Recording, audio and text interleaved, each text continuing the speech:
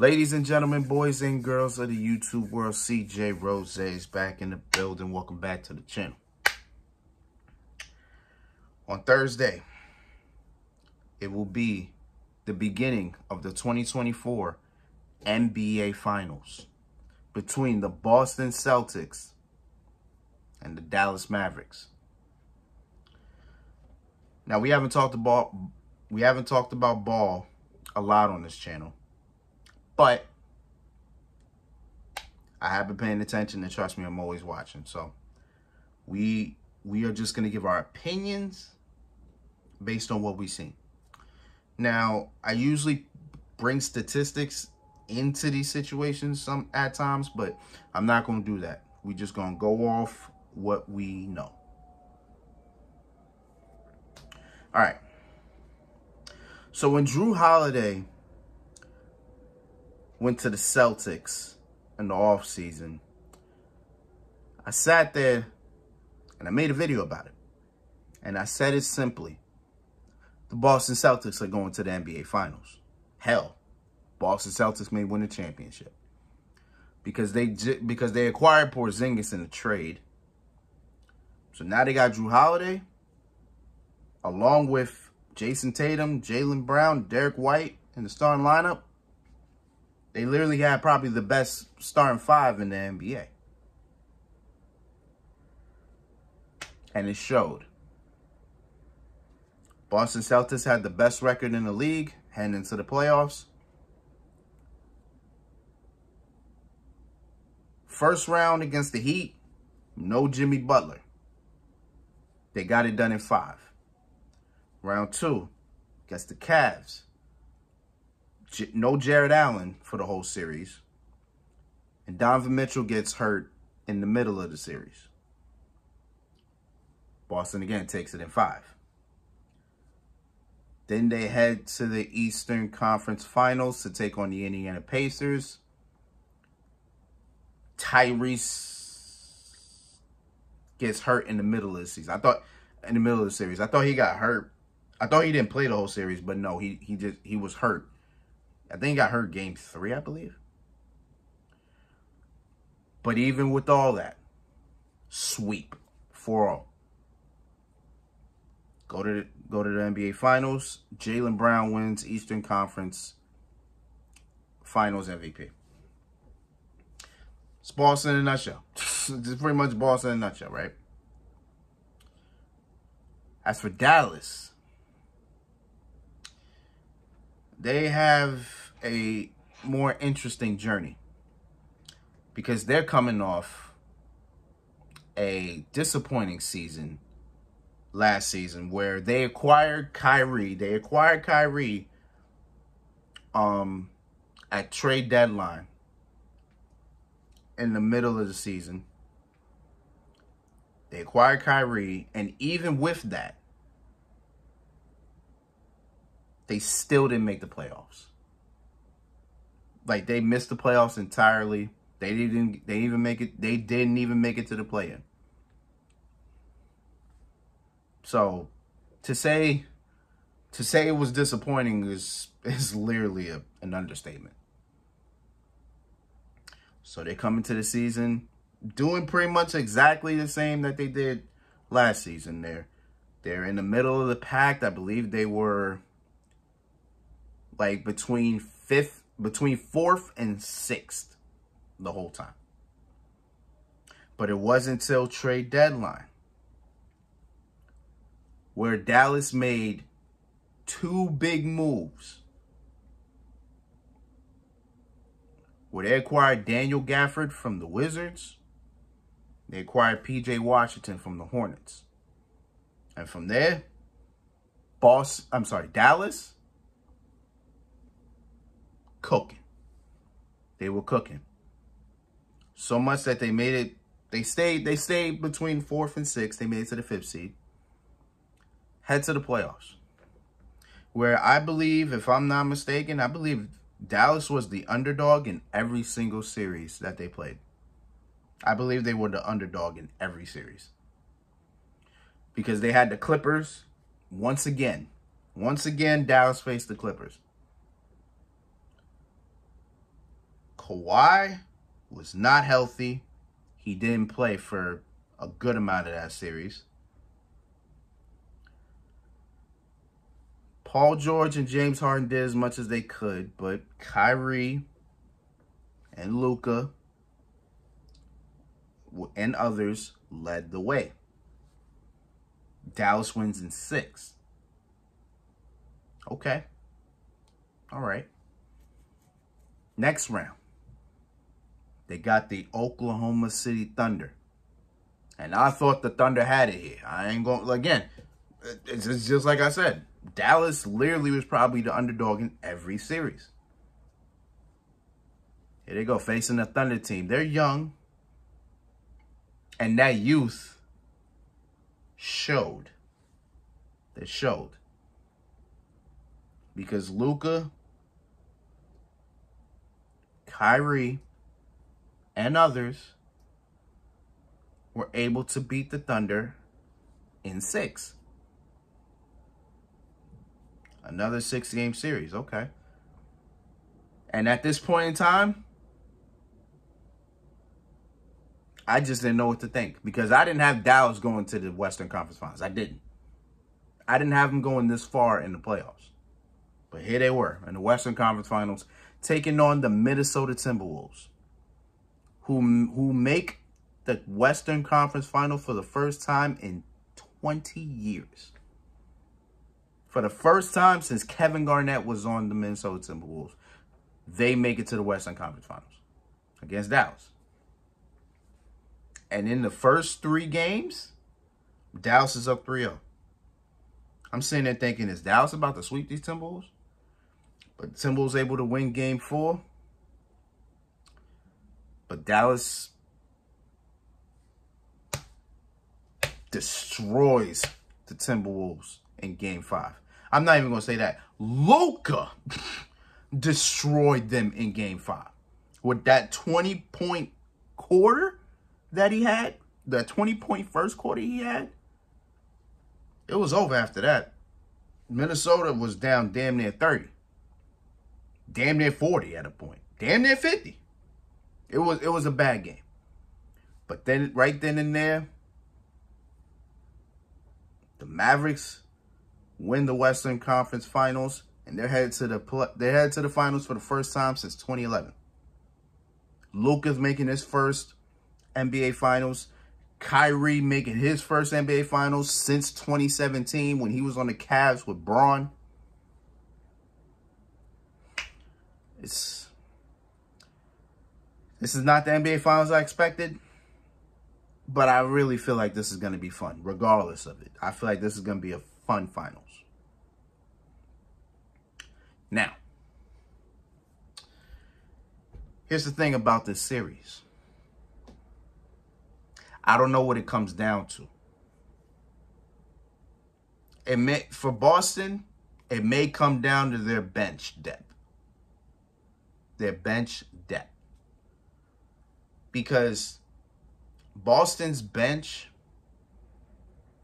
in that Pacers series was bad. And a good part of that was the fact that Al Horford was starting because Porzingis has been out. So that bench depth went down a little bit. But even so, that bench played no role. It was literally just the starters, and that's it. The starters swept the Pacers. So for Boston, I think it comes down to bench. It comes down to the three-pointers as well, even though Boston is the best three-point shooting team in the league. They tend to rely on that a little too much. So they're going to have to find a way to get a good amount of inside scoring and just try to bully the Mavericks defense. Because, listen, Dallas does not have the best defense. They don't. So that's something that Boston can explore and try to hit Dallas with that inside scoring. Because Boston already got Dallas by defense. without a doubt. Boston is a much better defensive team than Dallas. 100%. So they need to find a way to execute that and try to bully them in the paint. Even though Daniel Gafford will be down there, Derek Lively will be down there. You know what I'm saying? But just play smart. Pretty much what I'm saying with Boston. Another thing is Porzingis.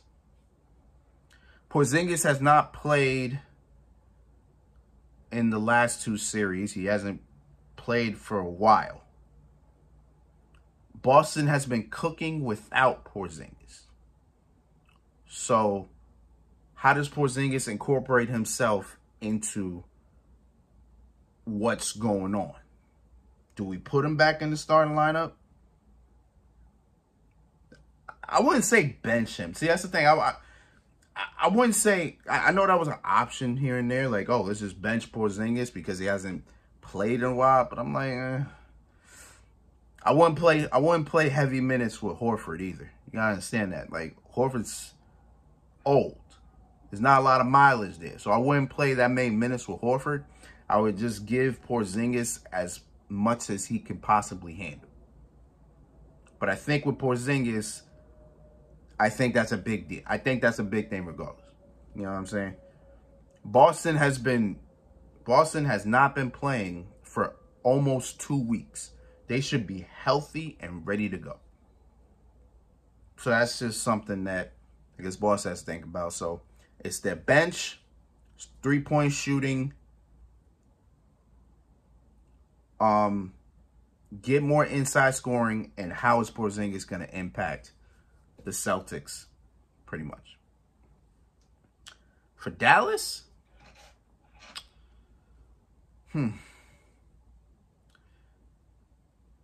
For Dallas, I'm not sure. Dallas relies on the 3-pointers themselves. They do. But not as heavy as Boston does. See, Boston, what makes Boston super dangerous is if they're making their threes, you're not beating this team. Which is pretty much like any team. You know what I'm saying? Like if any team is making their threes at an amazing clip, you're not beating that team. With Boston, that's almost an every night type of thing. Because damn near everybody on that team can shoot. The bigs, Horford and Porzingis, can shoot. That's dangerous. Like literally everybody on that squad can make a shot. That's dangerous. So that's something that you kind of have to put in your mind with Dallas, because your defense is not that great. So kind of the only thing you kind of have is your interior defense because of Daniel Gafford and because of Derek Lively. So I said Boston needs to get more inside scoring, but you have to be wary of those two. So I guess with Dallas, just up your defense. Make sure you protect that paint as best as you can. Because if you force Boston to shoot, it's dangerous, but it also could work in your favor. So you just have to play that to the best of your ability and make sure that you succeed. I guess another thing for Dallas is, how is Luka going to play in his first finals? I think that's important. Because see with Dallas, you got somebody who's been to the finals on 4 different occasions with Kyrie Irving. I'm sorry, on 3 different occasions with Kyrie Irving. Plus, he's won a championship. He's been to the finals multiple times. He even went to a game 7 in the finals. So in every aspect of the finals, Kyrie Irving knows what to do. And I'm sure that he's instilled that in Dallas. Hell, Jason Kidd's been to the finals himself, the Dallas Mavericks coach. Jason Kidd, as a player, he's been to the finals. He won one as well. So you got that. You got the experience with the coach, and you got the experience with one of your stars. There's a lot of playoff knowledge. A lot of finals knowledge to be given. So I think that is a good advantage. Granted, Boston, damn near the whole unit has gone to the finals, except Derek White and probably Porzingis. I think those are the only two that have not been to the finals. But I think everybody else on that squad has been to the finals. Hell, Jrue Holiday went to the finals and won a championship. So you got that. So it's just taking what you know and just incorporating it and using it to the best of your ability. Another thing for Dallas that they got to worry about is who is going to guard Luka and who's going to guard Kyrie. Now that's a big thing because, as I said, Boston is definitely the better defensive team than Dallas. The whole starting five is probably the best defensive five in the game, probably bar none. So you're gonna have Jaylen Brown on Luka? Are you gonna have Jrue Holiday on Luka? Are you gonna have Derek White on Luka? And then with Kyrie, same thing. I think we're probably going to start with Derek White on Kyrie and then maybe Jaylen Brown on Luka.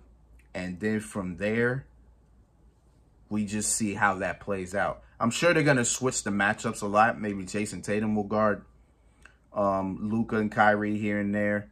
You know what I'm saying? So you got 4 different defenders that you can put on both of those stars. The thing is, you got to be wary of the back of the help, because PJ Washington, exclude the Western Conference Finals, PJ Washington was cooking in the playoffs. But for some reason, once we got to the Western Conference Finals, he just wasn't playing like himself. And then Derrick Jones Jr. has been a very big surprise. He has been playing exceptionally well in these playoffs as well. So you got to be wary of that as well. And again, Daniel Gafford and Derek Lively down low. Derek Lively did not miss a shot in those Western Conference Finals. So be wary of that. You know what I'm saying? But if you have Porzingis, then that's something you shouldn't be worried about, but only time will tell. But there's a lot going on with it. You know what I'm saying? It's going to be a pretty fun series. Regardless of it, I think it's going to be a pretty fun series. Who do I have winning? Well, I said it in the Jrue Holiday video, and I'm going to say it here. I still got Boston winning the title. I have them winning in maybe 6. I have the Boston Celtics winning in 6. I don't think.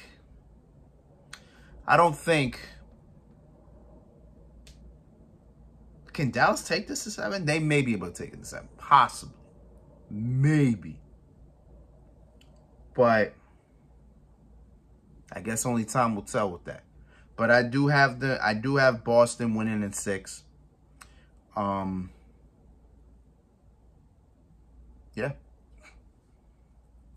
I got Boston winning in 6. So we'll see how that goes.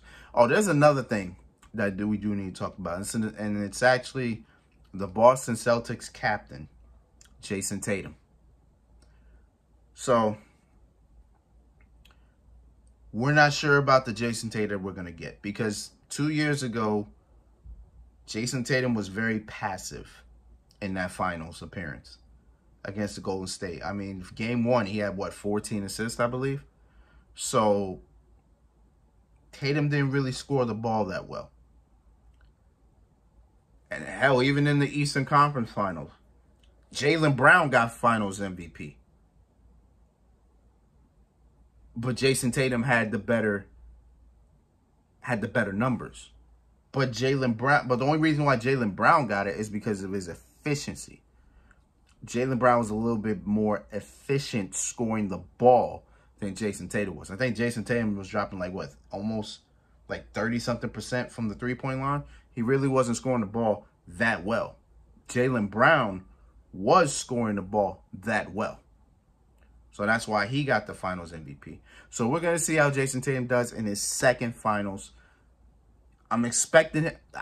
I said in the back of my mind, I'm like, yo, if Jayson Tatum drops 40 in game one, I'm not surprised. I wouldn't be surprised.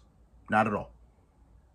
Hell, I got Boston probably taking both games at home. So I'm already seeing Boston may go 2-0 heading into game 3. We'll see. We will see how things go. But yeah, I got Boston in 6. And that sounds about right. So until then, it's been Rose, man. Thank you for watching. Thank you for all the love and support as always. I'll be back tomorrow because we got the NXT Battleground predictions. And definitely we got a good amount to talk about because tonight was something. But until next time, peace, love, 100. You heard?